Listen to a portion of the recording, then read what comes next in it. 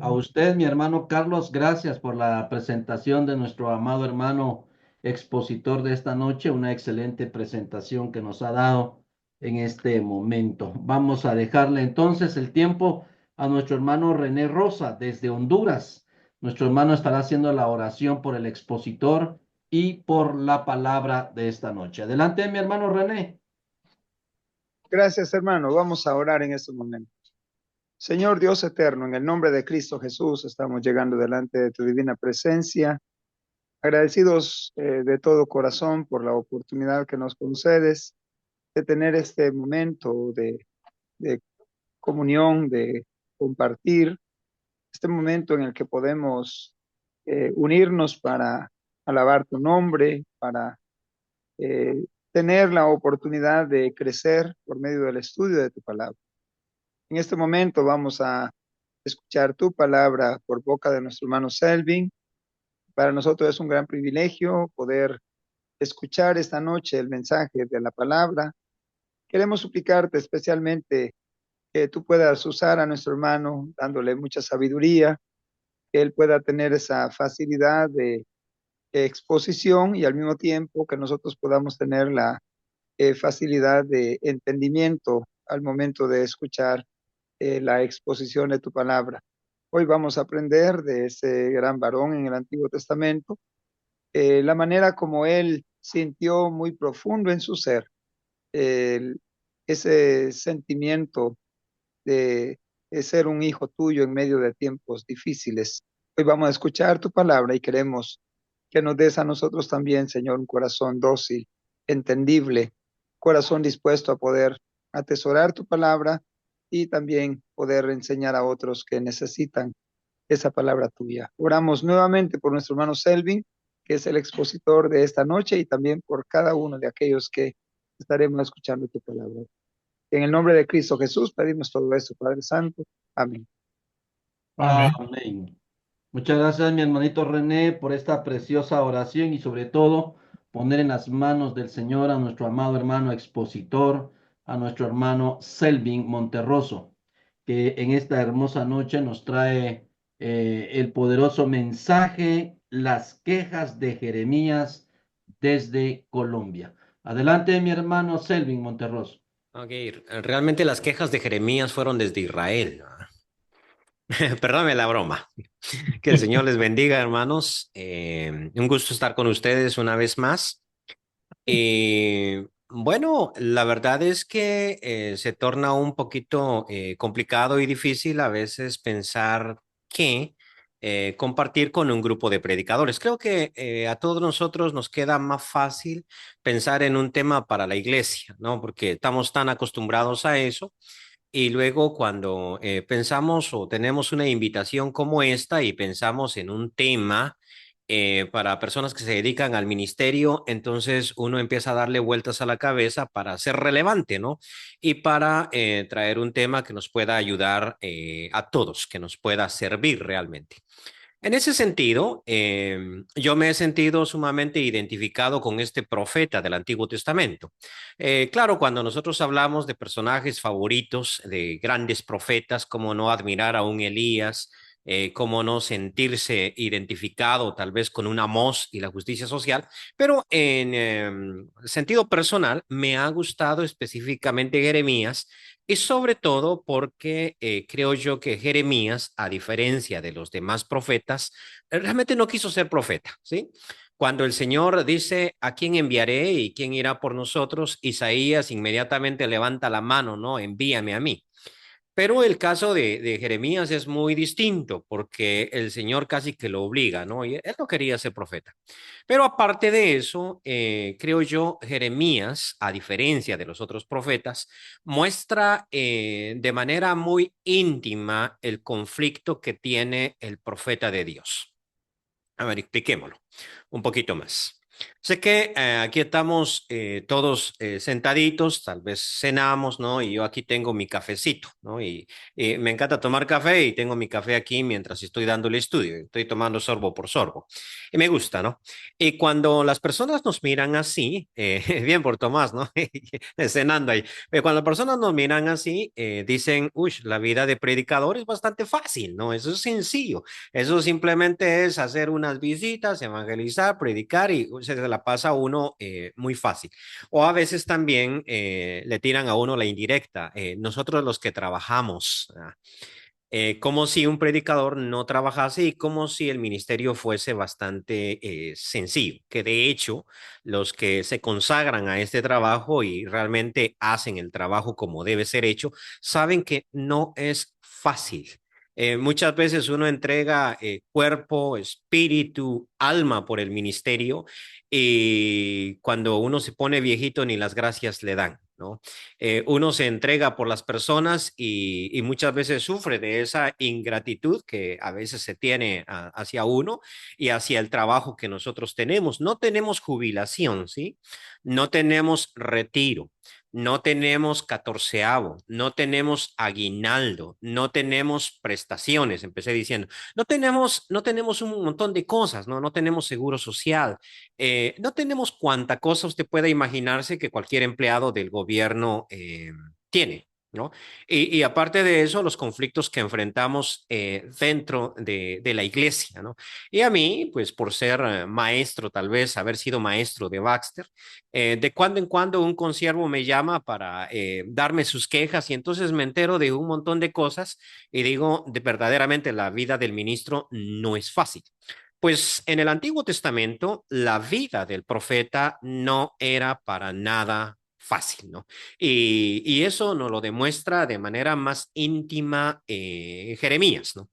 Bueno, entonces titulé al mensaje que iba a transmitir o que iba a impartir a ustedes hoy así, ¿no? Las quejas de Jeremías, ¿no? Porque Jeremías en su libro presenta varios, a estos se les llama salmos de lamento, pero realmente creo que queja sería una mejor palabra, en que él hace oraciones a Dios y se queja por su situación, ¿no?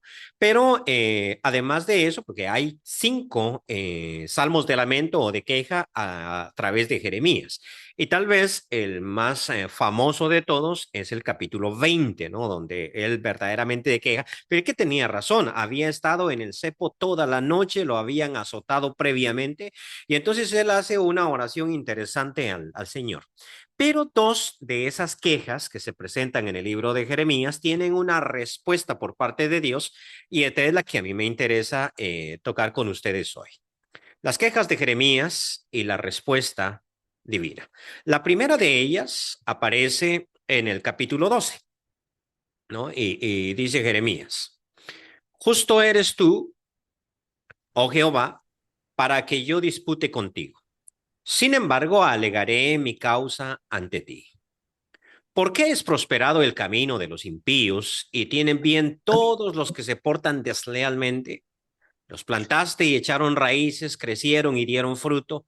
Cercano estás tú en sus bocas, pero lejos de sus corazones. Okay. Esto es bien interesante porque parece ser que aquí Jeremías no está hablando de las personas del mundo, sí, ese que se emborracha los sábados por la noche y pone el equipo a todo volumen y no lo deja usted dormir, ¿no? Usted tiene que predicar al día siguiente, pero igual no lo dejaron dormir. Entonces, no está hablando de ese que es completamente mundano, sino está hablando de aquellos que simulan ser parte del pueblo de Dios, que incluso hasta pueden simular ser profetas. La última parte los plantaste, echaron raíces, crecieron y dieron fruto, cercano estás tú en sus bocas. O sea, estas personas que dicen, el Señor te bendiga, trabajamos para el Señor, ministramos para el Señor, pero cuando usted examina la vida de esas personas, dice él, lejos estás de sus corazones, estás cerca de su boca. Y Jeremías empieza tal vez como cualquiera de nosotros. Uy, escuché esto esta semana. Yo no debería de decir esto porque el Señor es justo, ¿no? Entonces él arranca así. Justo eres tú, oh Jehová. Y por fe, dice Jeremías, yo creo que tú eres justo. sea, que tú haces lo correcto.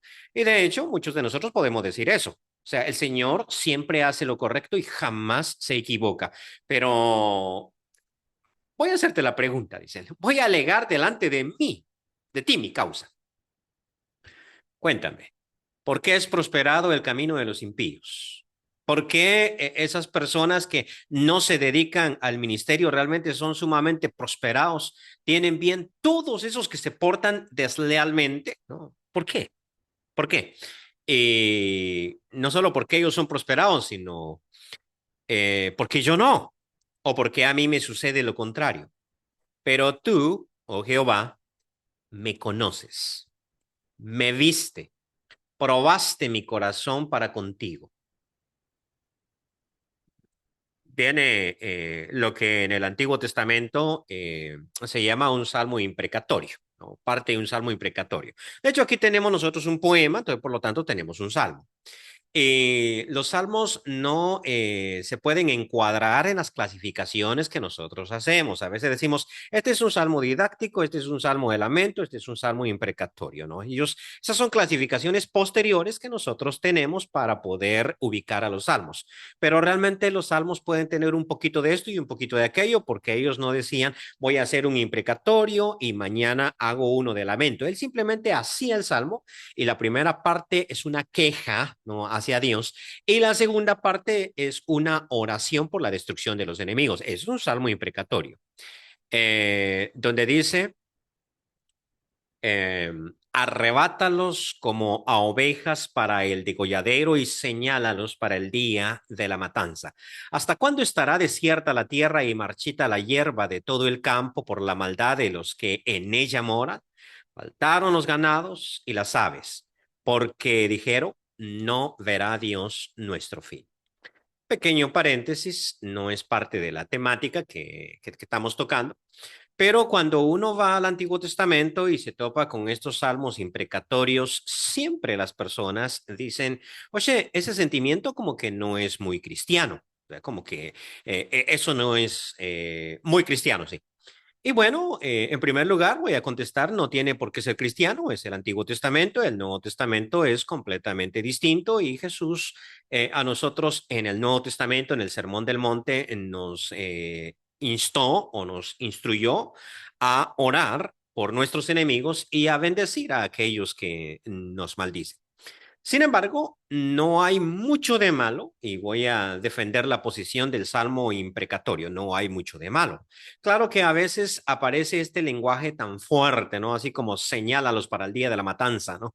¿De qué estás hablando, Jeremías? O sea, ¿cuál es el sentimiento que tienes? Pero vale la aclaración. Quien hace un salmo imprecatorio no es una persona violenta porque él no destruye al enemigo, sino por el contrario, encomienda la causa al que juzga justamente. O sea, el apóstol Pablo, por ejemplo, en la carta a los romanos, nos dice, no os venguéis vosotros mismos, sino dejad lugar a la ira de Dios, porque escrito está, mía es la venganza, yo daré el pago, dice el Señor. Entonces, no hay nada de malo con la venganza, pero sí con la venganza que yo efectúo. Se explico. En nuestra vida, muchas personas pueden hacernos daño, pueden afectarnos, ¿no? Y lo que el Señor me dice no es que esa situación se va a quedar sin castigo, sino lo que Él me dice es yo no debo vengarme, o sea, no debo hacerlo yo. ¿Por qué? Porque mi juicio muchas veces es incorrecto. Yo pienso que alguien me ha hecho daño cuando en realidad no ha sido así. O muchas veces yo sufro las consecuencias de errores, ¿no?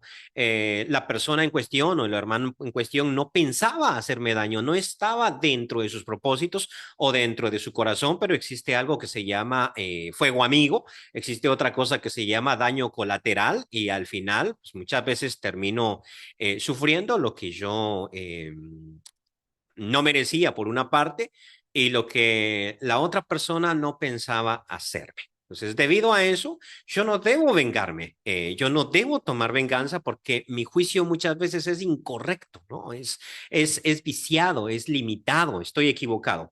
Pero el Señor no se equivoca. Entonces, a partir de ahí, Pablo dice, ustedes no tomen venganza. Entonces, dejen lugar a la ira de Dios porque Dios sabe cómo, cuándo. Y cuando el Señor no lo hace, obviamente es porque el Señor así lo decidió.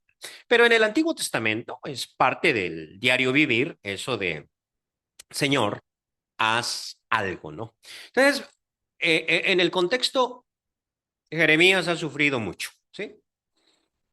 Yo no sé si usted, por ejemplo, tenía ilusiones cuando era joven.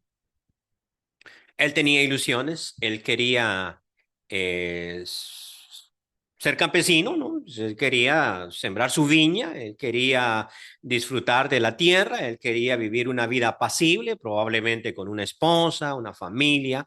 Y el Señor lo llama bien jovencito y le dice, tú serás mi profeta y yo te voy a proteger. Promesas que están en el mismo capítulo 1 y el capítulo 2. Pero resulta que a él le ha ido muy mal, ¿no? Y de hecho hay personas que se han enemistado y lo han lastimado tanto y él espera la venganza de Dios como cualquiera de nosotros, pero él por el contrario ve que los malos son prosperados. Entonces hace la pregunta, ¿por qué ellos son prosperados? ¿Qué, no? Y mira que personas honestas como él mismo están en una situación sumamente difícil y le dice al Señor, tú conoces mi corazón, tú me probaste, tú me examinaste. Entonces, a partir de eso, ¿por qué? ¿No? Y luego su salmo imprecatorio señálalos para el día de la matanza, ¿no? Eh, en esta ocasión, el Señor contesta a Jeremías y le dice, si corriste con los de a pie y te cansaron, ¿cómo contenderás con los caballos? Y si en tierra de paz no estabas seguro, ¿cómo harás en la espesura del Jordán? Expliquemos esta parte del verso. En vez del Señor venir y decirle a Jeremías, déjame, te voy a explicar por qué ellos prosperaron. O ven, te voy a explicar por qué el caso tuyo es distinto. ¿Por qué tú estás sufriendo? O de decirle, tranquilo, sé paciente, yo daré el pago, pero más adelante resulta que el Señor recrimina a Jeremías y le dice, oye, estás con los que van a pie, corriste con los que van a pie y te cansaste. ¿Cómo le vas a hacer con aquellos que van a caballo? Como se dijo en la introducción de mi biografía, por más de 20 años di clases en el Baxter, ¿no? Yo comencé bien jovencito como profesor ahí. Sin, iba a decir sin mucha experiencia, pero probablemente sin nada de experiencia, ¿no? Ellos confiaron en mí y me dieron esa oportunidad. Y durante todo ese tiempo agarré experiencia en el Instituto Baxter y una de las cosas que a mí no me gustaba de los muchachos que ahí estudiaban, ¿no? Es que se quejaban por todo. Mira, vamos a hacer ciertas tareas, ay, mucha tarea, ¿no? Tienen que hacer X lecturas, no, mucha lectura. Los mandamos a predicar el fin de semana, no, pues qué cansón, y entonces, ¿cuándo descansamos nosotros, no? Hubo una ocasión, una reunión, y no voy a contar tanta intimidad del instituto, pero en que X y Y estudiantes nos dijeron, necesitamos un psicólogo, ¿no? Porque aquí Baxter es mucha presión. Entonces, ustedes no tienen psicólogo. De hecho, ahorita Baxter tiene varios profesionales de la psicología, tengo como 3, creo, dentro de sus maestros, pero en esa época no había ni uno. Entonces, necesitamos un psicólogo. Y yo me puse todo serio ahí al frente de todo el grupo y les dije, si ustedes necesitan psicólogo, no quiero saber qué va a pasar con las iglesias a futuro, ¿no? O sea, si la presión del instituto a ustedes los está afectando, si la presión de la iglesia es distinta, es más fuerte. O sea, no es lo mismo decir, tengo que entregar una tarea mañana a decir, el hermano fulano se quiere suicidar, ¿no? No es lo mismo decir me desvelé haciendo unas planas de griego que me desvelé porque X o Y hermano estaba en el hospital, o como Pablo empieza a hablar de sus situaciones, ¿no? ¿Quién enferma y yo no enfermo? ¿A quién se le hace caer y yo no me indigno? O sea, ese es un trabajo realmente fuerte. Entonces, si con esto que está suavecito ustedes tienen conflicto, no quiero saber lo que viene más adelante. Si siendo novios ustedes ya se agarran de las greñas, no quiero saber qué va a pasar cuando tengan 10 años o 15 años de matrimonio. Y esto es lo que Dios le dice a Jeremías. O sea, estás corriendo con los que van a pie y ya te cansaste. ¿Qué va a pasar entonces cuando te ponga lo más difícil, los que van a caballo? ¿Ya? Si no estabas seguro aquí en este campo abierto, cuando estés en la espesura del Jordán, híjole, esto, esto duele, ¿no? A ver, déjeme plantearlo de esta otra manera, ¿no? Moisés en el desierto, de 65 años de vida, o 60 años de vida, pastoreando unas cabras y unas ovejas. Y en cierta ocasión, digámoslo así, haciendo una oración a Dios, Señor, qué difícil vida es esta de ser pastor de cabras y ovejas en medio del desierto, que aquí ni llueve y cuesta conseguir agua y cuesta conseguir hierba verde para el ganado, ¿no? Y el Señor diciéndole, espérate la que te va a pasar, porque más adelante no vas a conducir a un montoncito de cabras y de ovejas, vas a conducir a toda una nación de 2 millones de personas a través de este mismo desierto.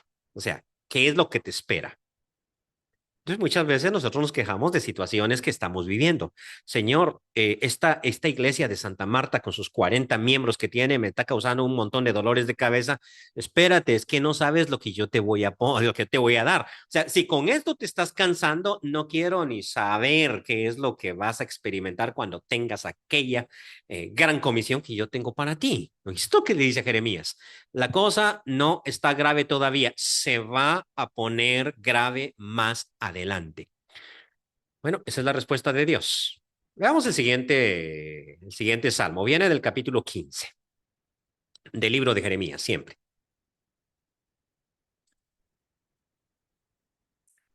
Tú lo sabes, dice Jeremías. Oh Jehová, acuérdate de mí y visítame y véngame de mis enemigos. Una vez más, salmo imprecatorio. No me reproches en la prolongación de tu enojo. Sabes que por amor a ti sufro afrenta. Esto es interesante, ¿no? Porque sé que muchas veces nosotros podemos tener problemas en nuestra vida. Y nuestros problemas pueden provenir de varias fuentes, pero eso no hay mucho problema con eso. Mira que llovió y se inundaron todas las casas y a mí se me inundó la mía. Está bien, te inundó tu casa y eso es sufrimiento. Pero todos experimentaron ese sufrimiento. Los vecinos que no eran ni cristianos, pues también le pasó lo mismo.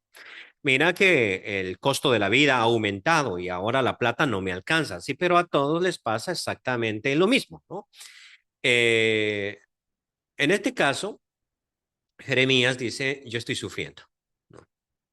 Pero la razón de mi sufrimiento es el amor a ti. O sea, aquí es grave, sí. Porque Jeremías no está sufriendo porque hizo un mal negocio. O no está sufriendo porque se metió en lo ajeno, como dice Pedro, ¿no? Pues que ustedes sufran, pero no por estarse metiendo en lo que no les importa. Entonces, no es este el caso. Jeremías sufre por amor al Señor. Y entonces me va a contar su historia. Claro, cuando a Jeremías se le llama como profeta en el capítulo 1, él dice, no quiero. Pero aquí nosotros vemos que él sí quería. Y recuerdo mis tiempos de juventud en que los hermanos me invitaban. De hecho, quiero contar esto un poquito antes de hacer la lectura. Yo fui un joven bastante retrotraído, tímido y apartado. Sí me gustaba la idea de ser predicador, me gustaba la idea de predicar, era algo que me atraía, pero al mismo tiempo me daba mucho miedo, mucho temor, ¿no? Entonces los hermanos siempre me invitaban, ¿no? Así como, hermano, debería de darnos una reflexión, una meditación, un algo, siquiera una oración en la iglesia, y yo siempre me negaba, ¿no? Siempre era, no, no quiero, o no puedo, o no me siento bien. Pero no era nada de eso, ¿sí? No era nada de eso, era el temor a fracasar, el temor a fallar. Y era algo que yo realmente sí quería, pero al mismo tiempo no quería. Y yo interpreto la situación de Jeremías así, cuando el Señor le dice, profetiza. Y él dice, Señor, yo no sé hablar, soy un niño, ¿no? Y el Señor le quita todas las excusas y le dice, no digas soy un niño porque a todo lo que yo te envíe irás, etcétera, ¿no? Y le promete ¿cómo se llama este? Su protección. La primera vez que yo prediqué, la primerita vez que yo prediqué y la razón por la cual yo quise volverme predicador, porque visité una congregación de las iglesias, ¿no? Y el predicador no estaba, ¿cómo se llama? O sea, algo había pasado con él, pero no estaba, solo habían hermanas ahí. Y entonces, pues como solo habían hermanas, ellas me animaron y estaba como que más fácil predicar, ¿sí? Porque no había quien me estuviera juzgando. Y recuerdo el pasaje en cuestión, fue Hebreos capítulo 11. Leí todo el capítulo. Hoy en día me tardaría una hora comentando cada versículo, pero en aquel tiempo leí todo el capítulo y creo que me tardé más o menos unos 15 minutos en la lectura bíblica y luego me tardé como 2 minutos en la explicación. O sea, así fue. Punto final. Terminé. Las hermanas fueron muy benevolentes conmigo y me dijeron, wow, hermano, usted sí tiene talento, usted como que nació para esto, ¿no? Y a uno lo alegra. De ahí a la casa había como 3 kilómetros, un poquito más, poquito menos, qué sé yo, no puedo calcular muy bien la distancia y de noche caminé todo eso solito, ¿no? Y me fui realmente muy contento, ¿no? Muy, muy alegre y pensando, este es el tipo de vida que yo quiero. Esto es lo que yo quiero para mi vida, ¿no? Aunque para eso todavía faltaban un par de años para ir a Baxter, o sea, todavía faltaba un tiempito, ¿no? Pero me alegré mucho. Y miren lo que dice Jeremías, porque yo me siento identificado, ¿no? Dice él, fueron halladas tus palabras y yo las comí. Este es el antecedente de algo que pasa en Apocalipsis igual en el capítulo 10. Cómete el librito, ¿no? Fueron halladas tus palabras y yo las comí, ¿no? Y tu palabra me fue por gozo y por alegría en mi corazón. O sea, la primera vez que este hombre dijo algo de parte de Dios, o sea, se llenó de gozo, se llenó de alegría, porque tu nombre se invocó sobre mí. O sea, era alguien que sí, desde el fondo de su corazón, quería ser profeta. A pesar de que le dijo al Señor, no. A pesar de que le dijo al Señor, soy un niño. A pesar de que le dijo al Señor, no sé hablar, o sea, yo no tengo el talento, busca a alguien mejor. Él dice, fueron halladas tus palabras y yo las comí. Y tu palabra me fue por gozo y por alegría de mi corazón, porque tu nombre se invocó sobre mí, oh Jehová Dios de los ejércitos. No me senté en compañía de burladores. Ese término burladores, creo yo, si fuera parte del comité de las sociedades bíblicas, yo no lo traduciría burladores, sino altaneros. O sea, no me senté en la compañía de los que se enorgullecen, o sea, de los altaneros, ni me engreí a causa de tu profecía. Me senté solo porque me llenaste de indignación. O sea, no me engreí, pero me alegré. Ahora viene la pregunta. ¿Por qué fue perpetuo mi dolor y mi herida desahuciada no admitió curación? ¿Serás para mí como cosa ilusoria, como aguas que no son estables? O sea, la queja que hace para con el Señor es bastante, bastante grave. Pero si ustedes leen Jeremías y lo interpretan desde el punto de vista humano, es decir, como yo lo leería, Jeremías tiene razón. Dios le dijo, pelearán contra ti, pero no te vencerán, porque yo estaré contigo para librarte. Pero a este momento a Jeremías le ha ido muy mal. Y cualquiera que lea la historia de Jeremías va a saber que sí, le fue mal. Lo echaron en una cisterna, si ustedes recuerdan. Lo echaron en una cisterna. Esto él lo va a narrar adelante en el libro. La cisterna no tenía agua, pero tenía fango, tenía lodo. Y el hombre queda allí metido en el lodo por mucho tiempo. Tanto así que cuando quieren sacarlo y le tiran sogas, él no puede agarrar las sogas, no tiene la energía. Y no solo eso, sino que cuando lo atan para sacarlo, piensan que la soga les va a destruir el cuerpo, le va a destruir la piel y tienen que ponerle voy a decir almohadas, pero no, ese no es el caso, ¿no? Para poder sacarlo del foso. Yo no sé cuántos de nosotros experimentaría eso y seguiría diciendo, yo sé que el Señor está conmigo.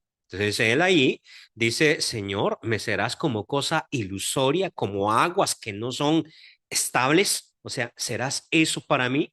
Y entonces dice, mira, tu palabra fue alegría a mi corazón, ¿no? Pero luego mi dolor fue perpetuo y mi herida no admitió curación. Aquí ya no me identifico con Jeremías. Déjeme explicar. Yo sí me sentí alegre cuando su nombre fue invocado sobre mí. Sí me sentí alegre cuando yo llegué a Baxter.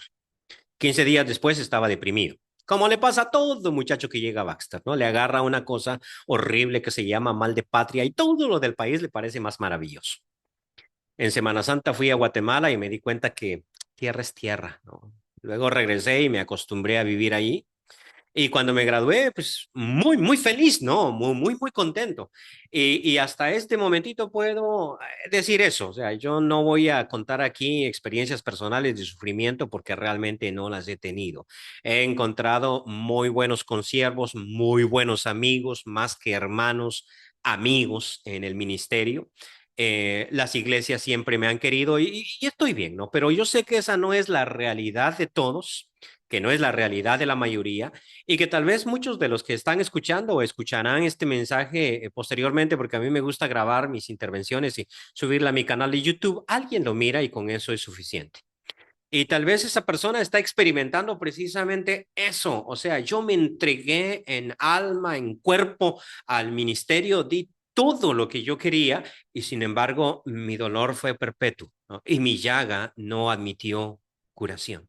Por el Señor y por el celo de Él lo perdí todo. Perdí mi empleo, me terminaron echando, perdí mi hogar, perdí mi familia. Sí, es doloroso.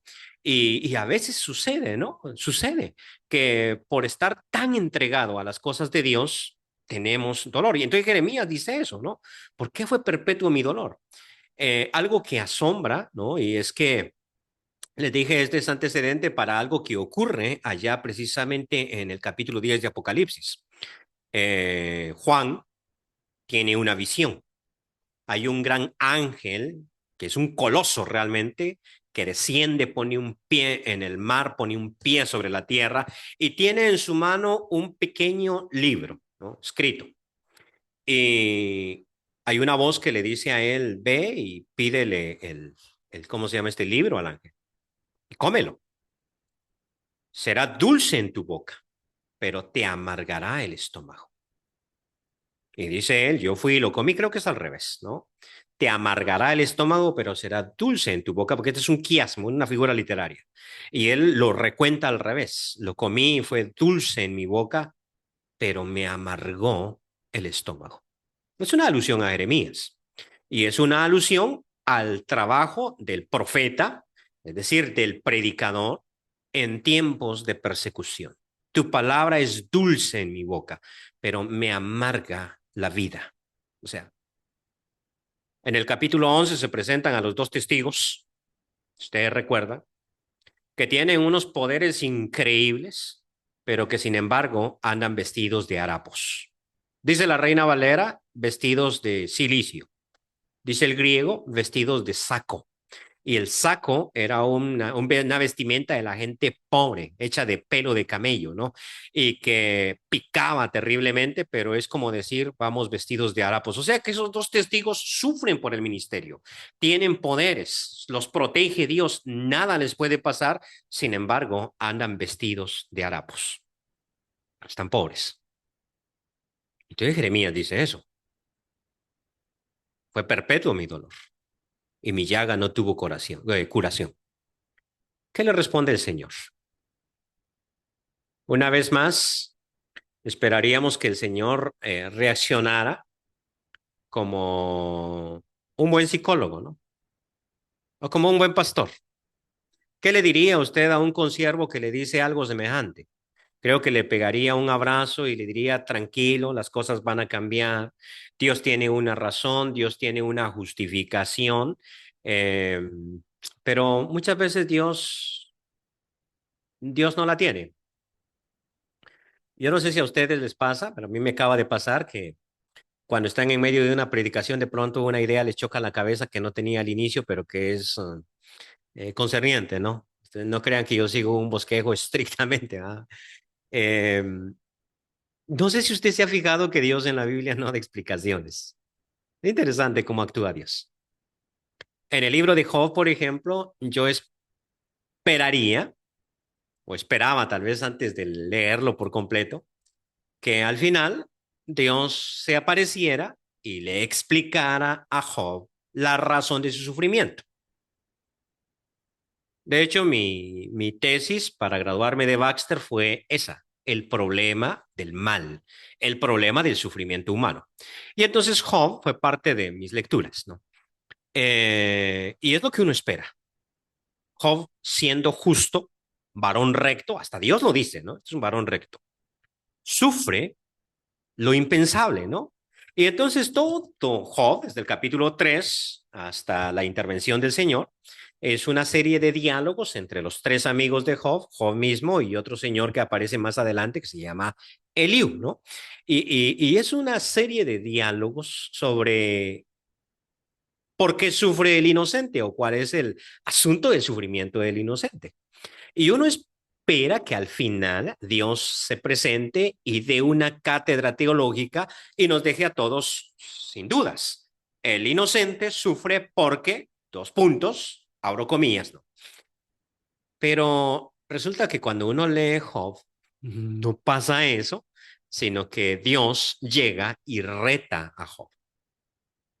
Y en vez de tratarlo con camilla, porque Job está en el suelo con llagas, está debilitado, no ha comido, llega el Señor en un torbellino. No sé cuántos de ustedes han estado en un torbellino. Eso es terrible. Eso es serio, ¿no? Eso suena como un ferrocarril llegando.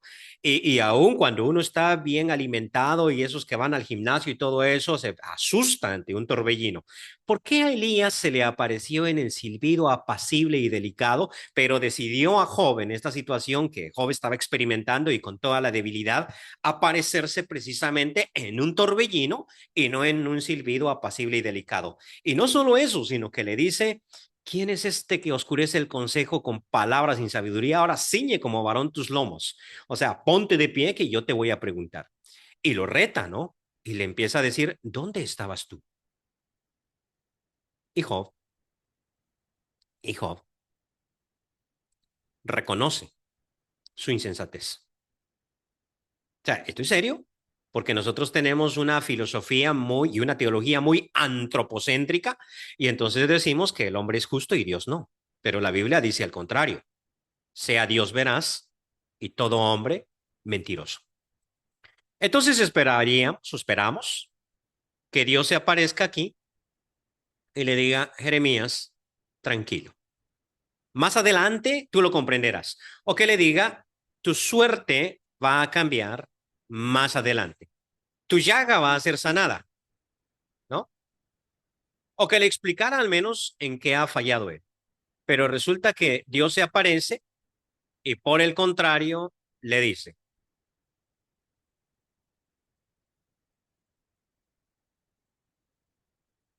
por tanto, así dijo Jehová. Cuenta Jeremías. Si te convirtieres, yo te restauraré y delante de mí estarás.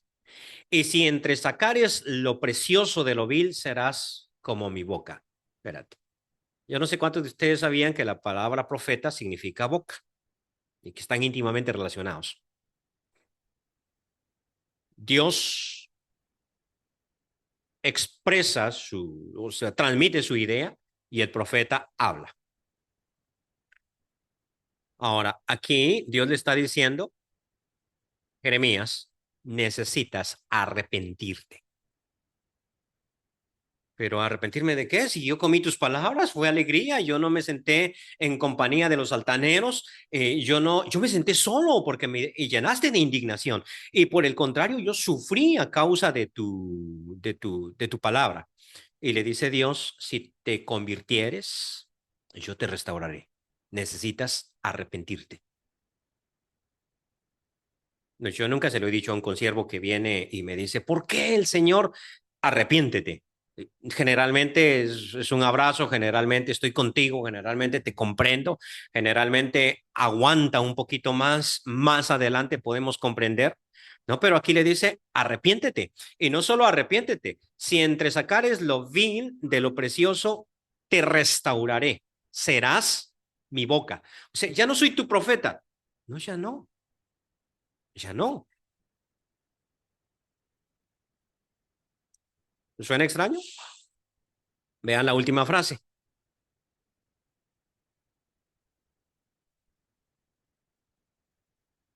Conviértanse ellos a ti y tú no te conviertas a ellos. Y te pondré en este pueblo por muro fortificado de bronce y pelearán contra ti, pero no te vencerán, porque yo estoy contigo para guardarte y para defenderte, dice Jehová, y te libraré de la mano de los malos y te redimiré de la mano de los fuertes. Vérate.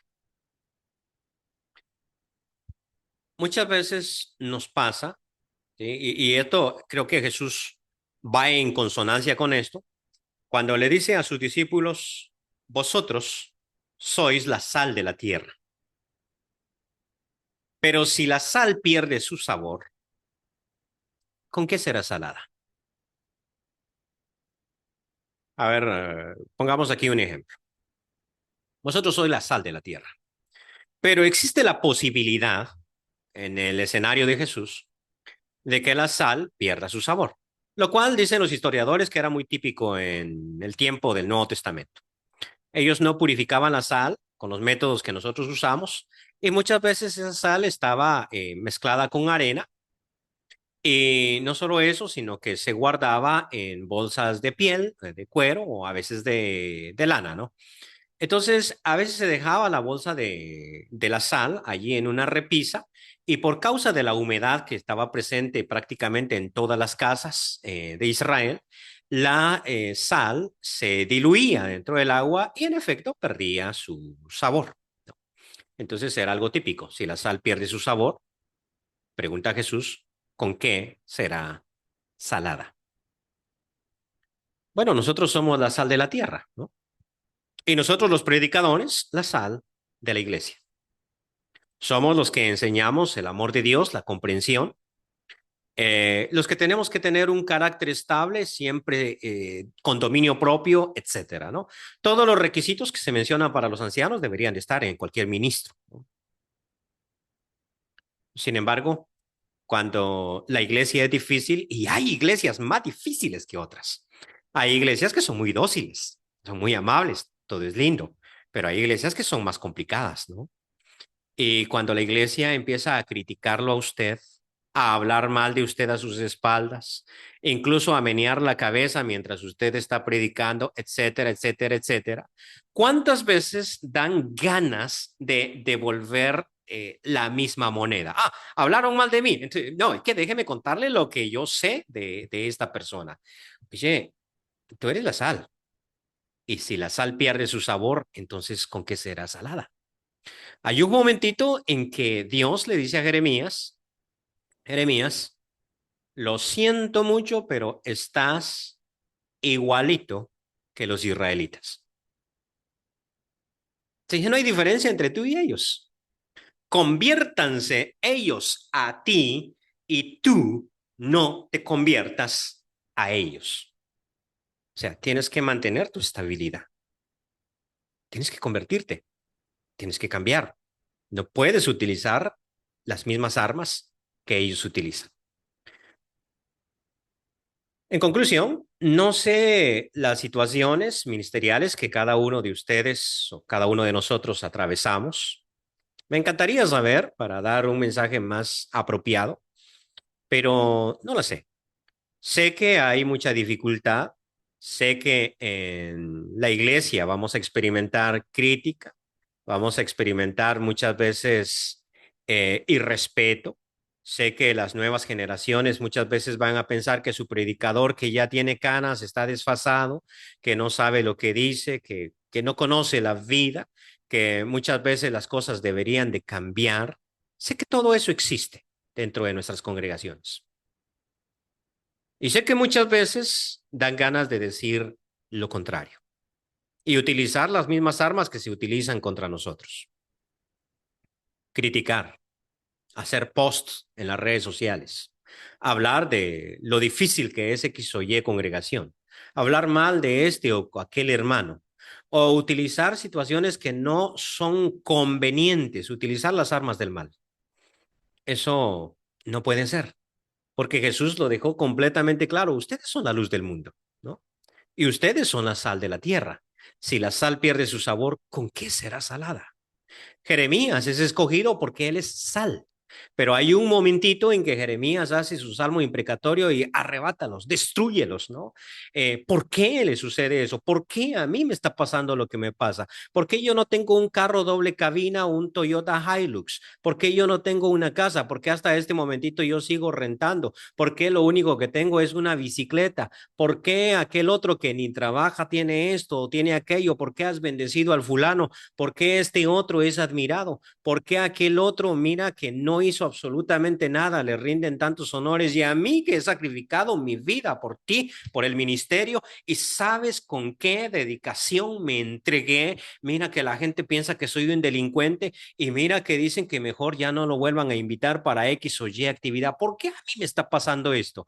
Lo siento, Selvin, pero te volviste insípido.